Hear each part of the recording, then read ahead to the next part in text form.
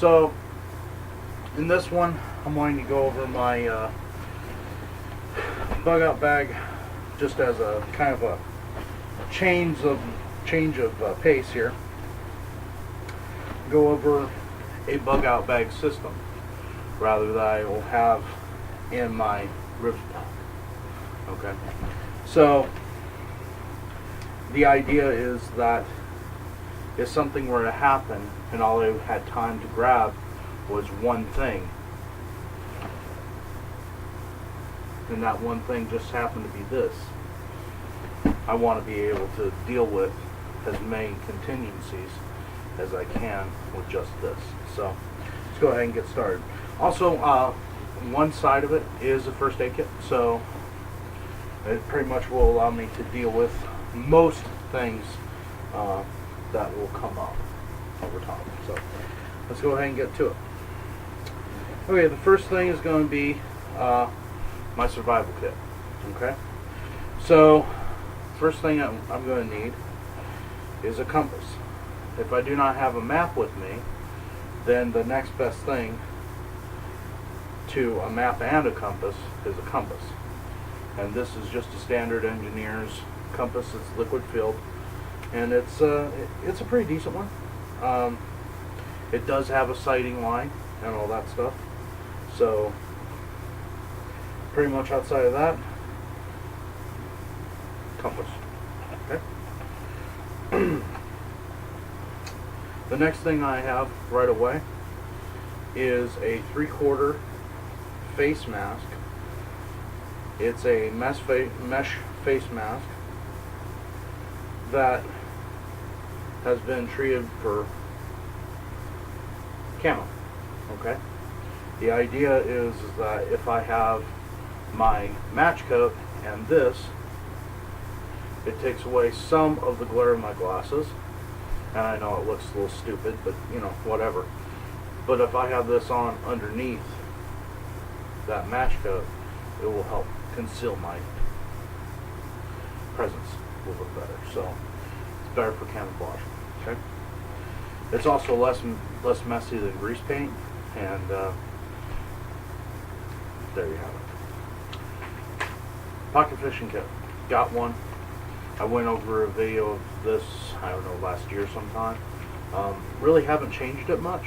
I will tell you though, from usage and from using this, trying to reel it in like this, you're going you will reel the fish in way too slow. Honestly, the best thing that you can do is just grab this thing, make sure that your fish is hooked real good, and just run up the bank and drag the fish behind you, and then untangle your line, find the fish, all that stuff, and go ahead and put him on the stringer from there. Because honestly, that's the fastest way to reel this thing in, is to literally get the bite, cool, I got him, and run up the bank. So that's the easiest way to use this. Everything else is kind of a 50-50, 90 kind of a crapshoot at best. So that if you run up the bank, I guarantee you'll grab your little fish. So there you go. Okay, the next thing is 113-pound test bank line. Okay, you know it's going to be in here, and I have a full roll of 113-pound test. Okay, now inside this roll, you'll see a lighter and a copper stub out that I've melted, oh, I don't know, a couple, 2-3 ounces of lead in at the end there, and then hammered it shut so that then I can use this as a flint knapping tool. Okay? And then, of course, I've still got the bank line here too. Okay. The next thing is I've got some vertically power bait. This is basically the overall type. And if I can't find any worms or anything to use with my pocket fishing kit, I can do this and ensure that I have a chance at catching fish. So there's a lot of waterways around here, and if you can use the waterways to your advantage for fishing, might as well, right? Okay, the next thing I've got is I've got a Team Primos lockback blade. This is one of the Team Primos knives that Prime Punch gave me. I think I won this one off the contest, and the other one was a gift, but whichever. It's an awesome blade. It's an awesome blade. Get one. Seriously, these things are really, really tough, and they're really, really good. They take an edge really well. They're just an awesome blade.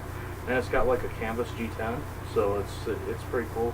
I believe Vampire did a review on this, so seriously, it's real worth it. Oh, and I know for a fact Primal Punch has. So these are awesome, awesome, awesome, awesome little blinds. So if you need a little knife for a bug out bag, or if you just need a little knife, or you just want a little knife, get one of these. These things are awesome.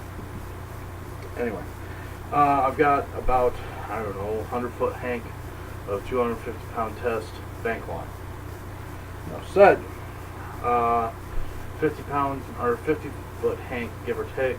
No, maybe this is 25. No, either way. Bank line.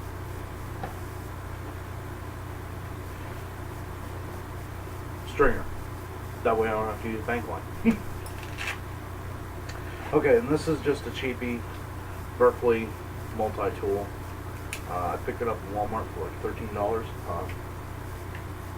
It's got a nice bent tip at the pliers, just to make it easier to get hooks out and things.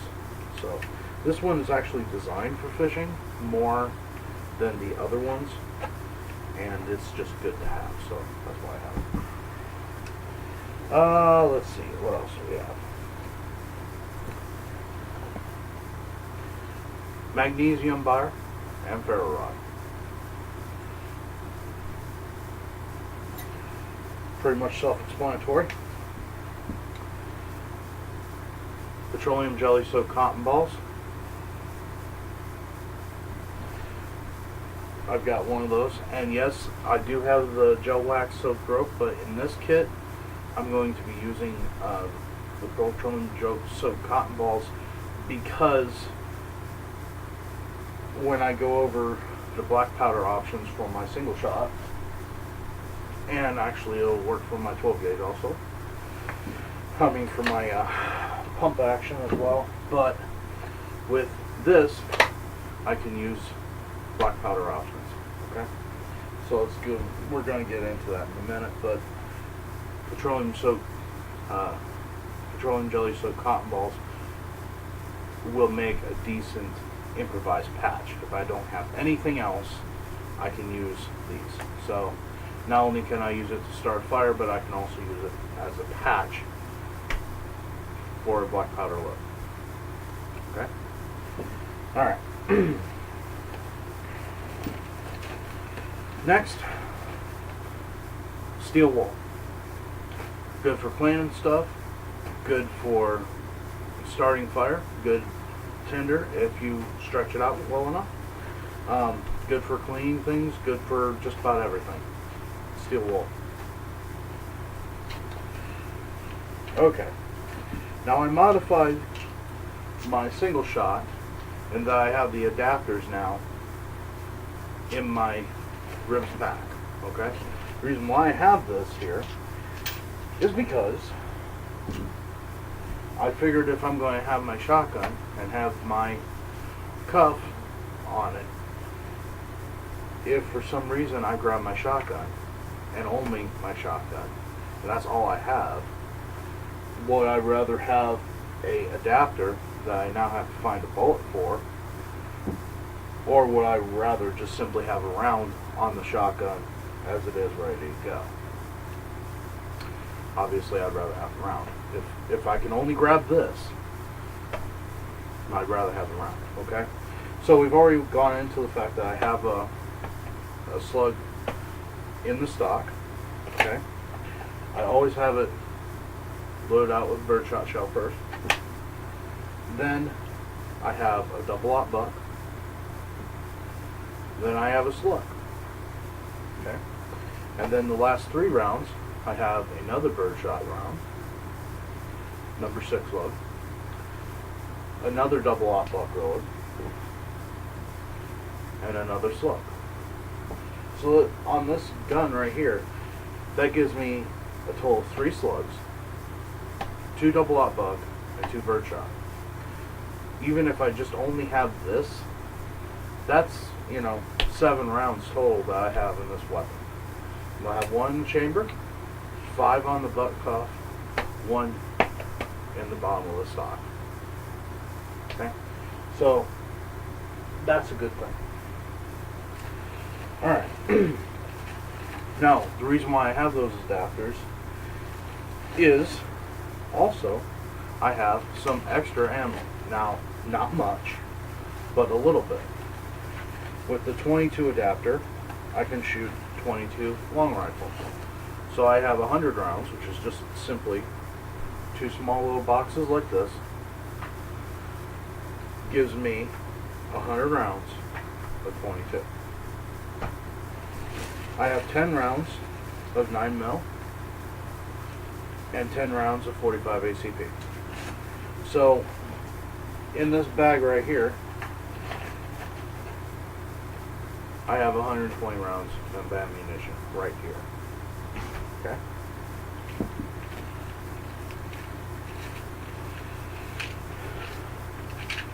Next are my things that I absolutely have to have to make a black powder load. Okay? Now, let's say I expend this shell, this birdshot shell. I see a bird, I take the bird. Okay, cool. Now, what I'm going to do is I'm going to chop just the top of this brass off. Okay, so I have a small brass plug, basically. Then what I'm going to do is I'm going to take that brass plug and I'm going to knock out the primer in the middle and replace it with a new primer. Okay, much the same as I did on the 12 gauge improvised hand loads. Now here's where it's different.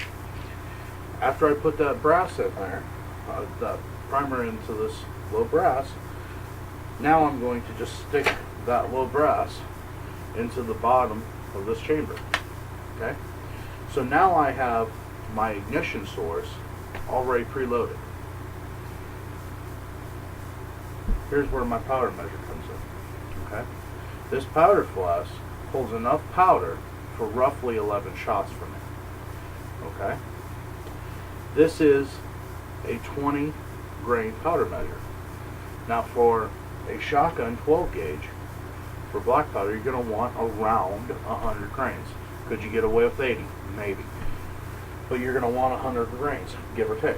So that's 5 of these. So as long as I don't lose count, and I'll make sure I don't lose count,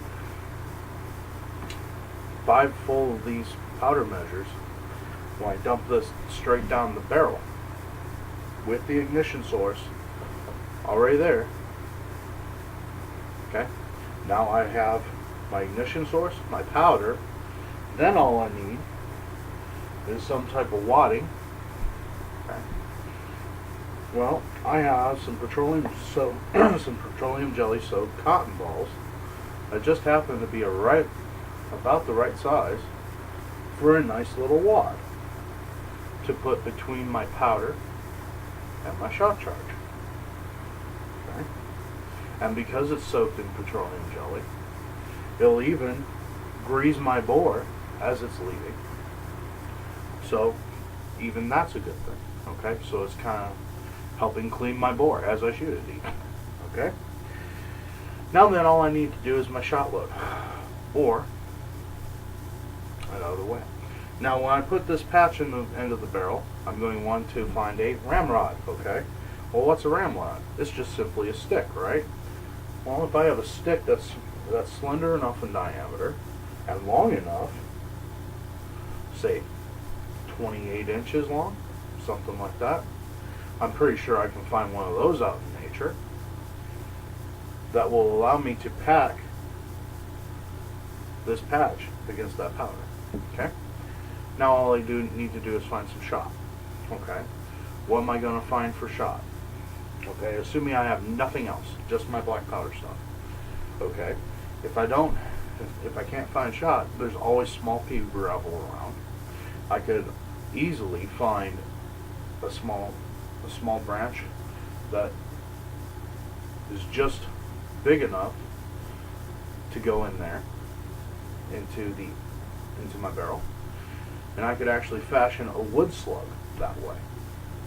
Okay, so I can find things to shoot. Pretty much the beauty of a cylinder bore shotgun is that if you can put it down the barrel, you can shoot it pretty much. Now, am I worried about scratching open the barrel? Yeah, kinda. But on the other hand, if it's a survival situation, I can buy a barrel later. Okay? So, let's look at it from that standpoint. So anyway, after the powder, after the pouch, then my load, and then I'm going to put a final patch on top using the ramrod, and now I'm loaded. All I need to do now is pull back the hammer and fire. Okay? And I have enough black powder and enough primers to do this 11 times. Okay? So, that's a good thing. Alright, what else do I have here? I've got a charred lamp wick. Actually, I've got two of them. The ends are already pre-charred, so all I have to do is manage to hit them with a spark from either a flint and steel kit or a ferro rod or whatever, and now I have an ember. And as long as I have a decent tinder bundle, all I need is that ember, and now I can start a fire. Okay? Alright, now at the bottom I have two 55-gallon 3mm trash bags. Why do I have those? Okay, in this case I'll be using them for ground cover, basically creating a moisture barrier between the earth and me. And also I'm going to fill these with leaves. Okay, if I fill these with leaves, it'll create a dead air space which will insulate me from the ground, and it will also give me a measure of comfort. Note how I said a measure of comfort. Didn't say it was going to be comfortable. Okay. I also have some electrical tape. Why do I have electrical tape? Well, it is combustible. But more than that, it's also one of those things of, have you ever been in a situation where electrical tape would not have helped you in that situation? I haven't. Okay.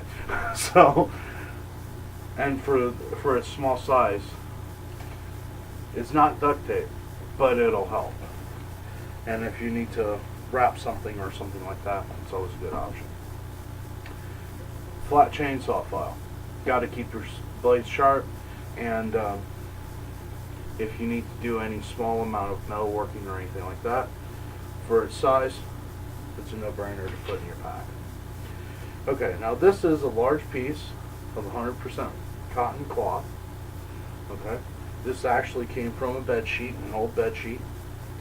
The great thing about this is that I can stretch this out and it will act as a type of tarp for me. Also, like I said, it's 100% cotton cloth, so if I needed to use it for a bandana or anything else like that, I can do that. Is it something that could soak through under enough rainfall? Yeah, absolutely it could. On the other hand, will it? Well, at least it's better than nothing for cover. Okay? The idea here is to get me through, 2 or 3 days, so that I can either find better supplies, find more supplies, rejoin my group, whatever. Okay? So this is just basically a short-term kit. Okay? One of the last but not least things, I have a jewel stick, which is basically a diamond sharpener. Got to keep your edges sharp. Okay? Alright. Now in the outside pocket, I've got 2 more pieces of that same bed sheet. One of them is one of the corners, and that corner I can use to funnel or filter things, such as coffee, tea, whatever. Okay? The last one is basically a large square that I can use as a bandana. And that's one side. On the other side, we have the first aid kit. So the first thing that you're going to find straight away is this right here. Smaller pieces of that same bed sheet, good for bandages. Okay, I've got 4 small pieces of those. So honestly, if you're wanting to get a bunch of bandanas or something like that, just use a 100% cotton bed sheet that you find at Goodwill or wherever, or even if you have an old bed sheet that you're getting ready to throw away, whatever. Recycle it. Use that as your bandana. You know, you don't have to buy bandanas. You can just get a bed sheet and get 20 of them for something for essentially free. Okay. 2 tubes of chapstick.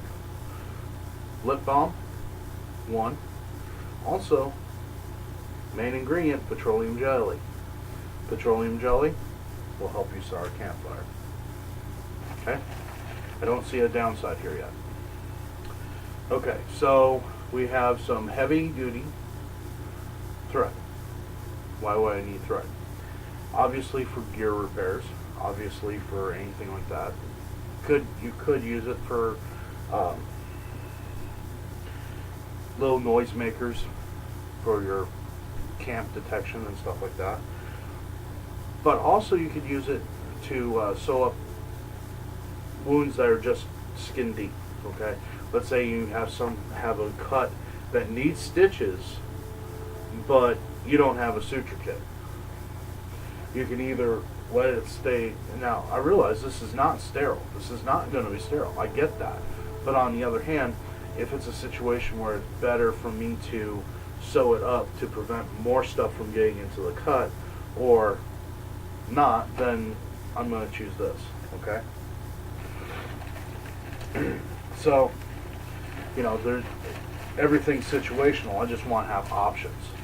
It's not so much choosing the best option. It's finding. You're going to choose the best option when you are in the situation. It's about having the options before you get into the situation, which is going to help you most. Okay, whole bunch of 2x2 gauze pads. We know why. 2 sewing needles. Obviously, if I'm going to use sewing needles for the thread, because the sewing needles are the right size. More 2x2 gauze pads. We know why. Band-aids. More band-aids. Antibiotic ointment. We know why. Petroleum jelly base. Athlete's foot ointment. Okay. Just in case you have athlete's foot, that's one of the worst things on the trail, because your feet are going to be warm. They're going to be worked. They're going to be moist. Athlete's foot's going to grow. Got to have a way of destroying it. And acid tablets, Alka-Seltzer.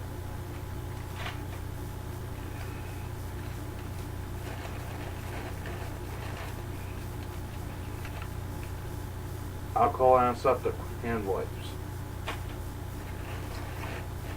Q-tips. Sterile gauze pad.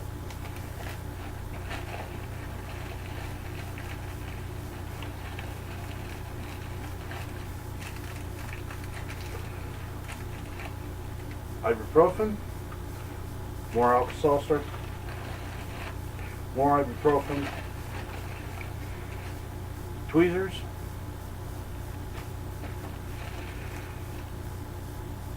Red Cross toothache medicine. This stuff is wonderful. You put a little bit of this on the end of a Q-tip, and you put this wherever you have a massive toothache, like an abscess or something. It won't take that abscess away, but it will kill that pain. And if you've ever had an abscess tooth, you know what I'm talking about. An abscess sucks, okay? But if you take this little Red Cross toothache medicine, it'll help. Now it's about $4 or $5, so it's really inexpensive.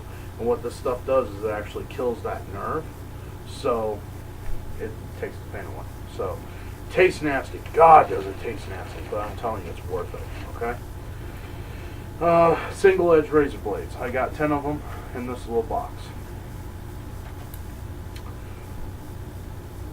Toenail clippers. Alright. Duct tape. Okay? Why do we have duct tape? Well, because we have bandages. And let's face it, when we're talking about bandages and bandaging things, sometimes you gotta make an improvised bandage. Sometimes you may need to do that.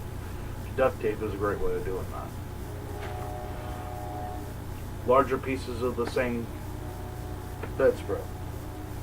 So between this and this, I don't care how big the wound is. I can bandage it pretty well. Moleskin tape. It's going to be on the trail. You're going to get blisters. Get moleskin. It's going to help you. Big thing of burn gel. Why do we have a big thing of burn gel? Think about it. You're out there in the woods. You're going to have a campfire. There's going to be hot things that you're going to grab.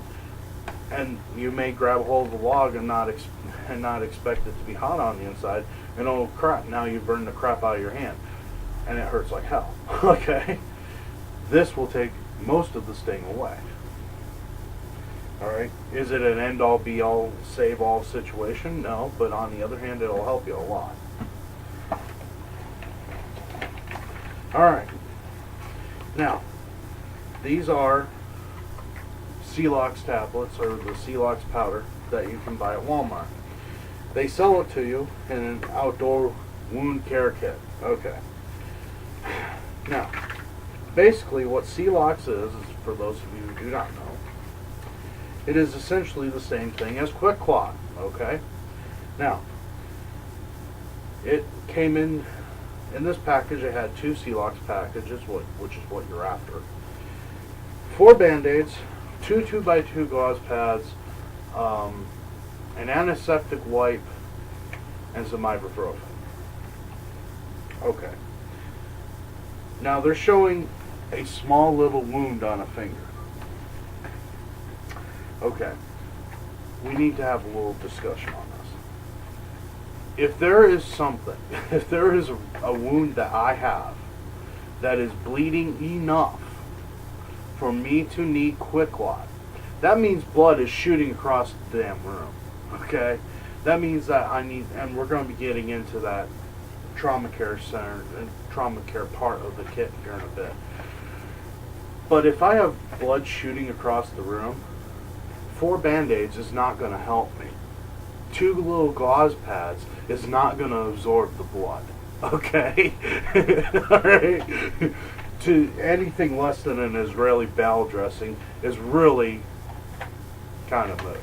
So, I think it's a nice gesture that they put that stuff there, but I also think it's somewhat comical. But anyway, so, have some Quick Clot. And I took all that unnecessary stuff out of there, because if you need Quick Clot, you need to be able to grab it and know what you're grabbing, be able to slam your 2 fingers right down in there, you know, possibly rip the box in half, whatever, to get to, I'm trying not to rip my box.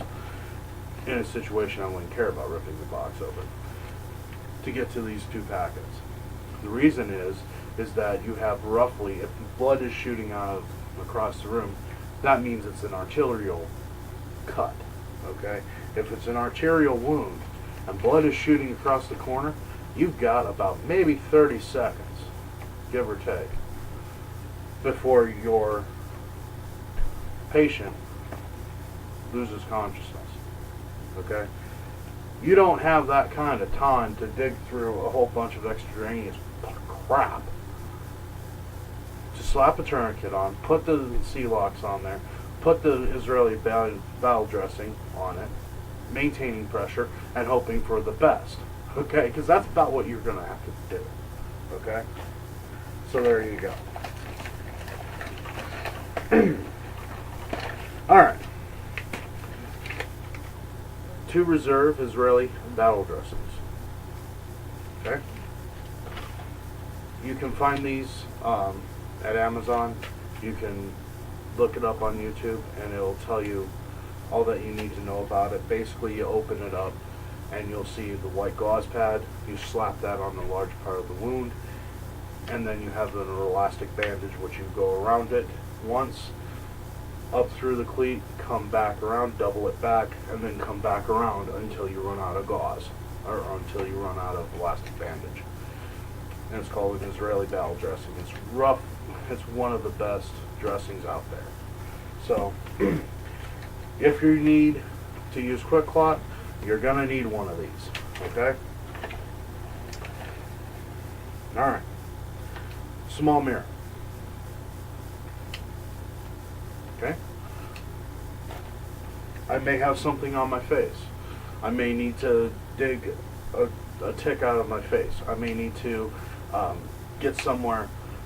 I may need to use my tweezers, or I may need to perform an operation of some sort in an area that's difficult for me to see. A mirror will help me do all that. Also, it's good for signaling and all that stuff too. Emergency space blankets, 2 of them. Why? Hypothermia. If you put space blankets around you and you put yourself in front of a fire and you spread them out like a wing, now you're reflecting all that heat from the campfire back on you.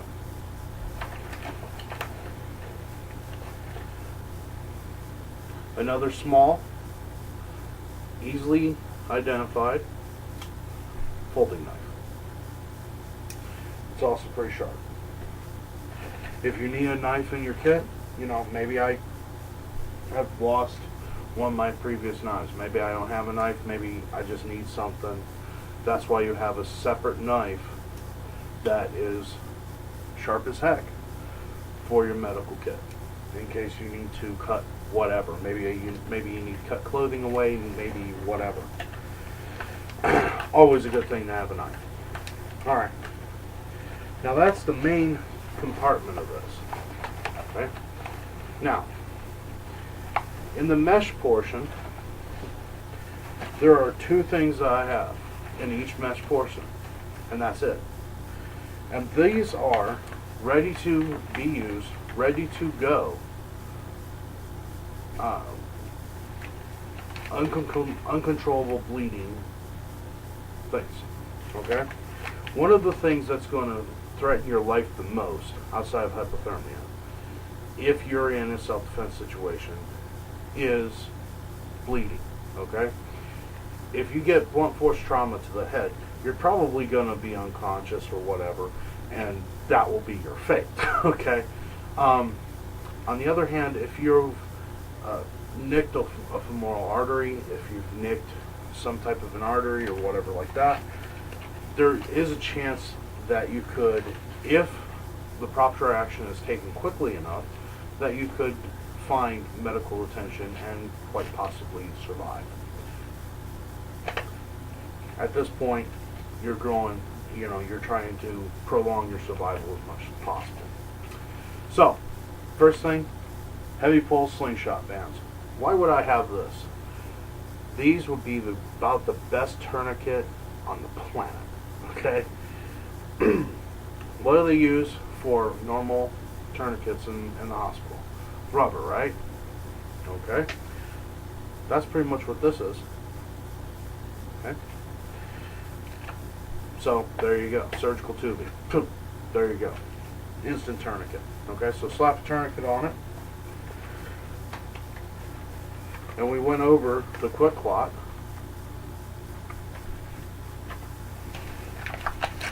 And then the last thing is in there is another Israeli battle dressing. Huh. And that's all that's there in that mesh bag, in that mesh portion. So everything that you'll need to aid that situation is going to be right there. You open it up, boom, it's right there. When you create a first aid kit, you need to think about the things, and here's my point. You need to think about the things that you're going to need the most expediently, okay? If I have an arterial cut, I need my tourniquet, I need my quick clot, and I need my Israeli bowel dressing, and I need it all as quickly as humanly possible. I may only have 30 seconds to get everything done, okay? The first thing I need to do is I need to cut off the blood flow to that area. That's the first thing I need to do. I need to be putting a tourniquet on, okay? The next thing that I'm going to need to be doing is I'm going to want to be putting quick clot onto that thing so that I'll be able to create a clot in that area so that hopefully I will reduce blood loss, okay? Until I can get to a hospital or something like that where a doctor can sew me up on the inside and then sew me up on the outside, okay? And then the third thing that I need to be doing is I need to be using an Israeli bowel dressing so that I can create pressure onto that wound area site, also with the tourniquet, to try to minimize blood loss, okay? Now, the last thing that I'm going to need to be doing is I'm going to be needed to take my thumb into that blood and write the time that I put that tourniquet on, okay? The reason being is that you can only have a tourniquet on a certain limb for up to 4 hours, okay? 4 to 6 hours, give or take. And they change things all the time, but the last I was taught was 4 hours, okay? If you have a tourniquet on a limb for longer than 4 hours, that limb will start to die, okay? So that's why they need to be inside of the hospital before that time. And that's also why the hospital staff need to know what time that tourniquet was placed on there, because if not, then they're going to be like, is the one dying or not? I don't know. So that's why you need to be doing that, okay? So that's pretty important. Outside of that, that's pretty much it. But yeah, just basically go over those ideas and basically have that type of an understanding when you're putting together a first aid kit and the survival kit. So just the ideas of pare it down to the very essentials that you need and then forget everything else. So anyway, thank you. I appreciate your comments. I appreciate your views. I appreciate your time. Defend your homes wisely.